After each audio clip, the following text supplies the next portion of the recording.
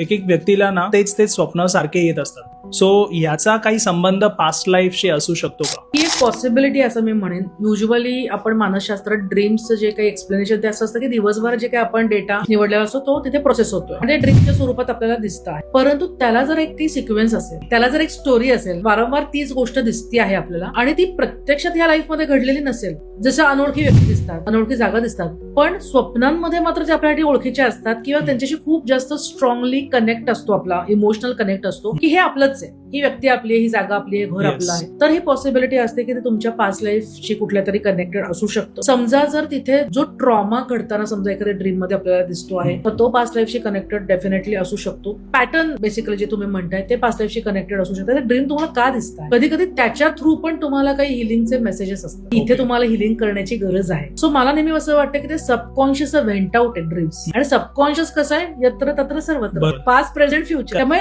अनोळखी आत्ता वाटतंय पण तिथे ते खूप ओळखीचं असेल, तिथे इमोशनल कनेक्ट असेल, त्याचा परिणाम उठल्यानंतर सुद्धा तुमच्यावर होत असेल, तुम्हाला ते सिम्पटम वाटत असेल, तर ही पॉसिबिलिटी खूप जास्त आहे की ड्रीम्स पास्ट लाईफशी कनेक्टेड आहे.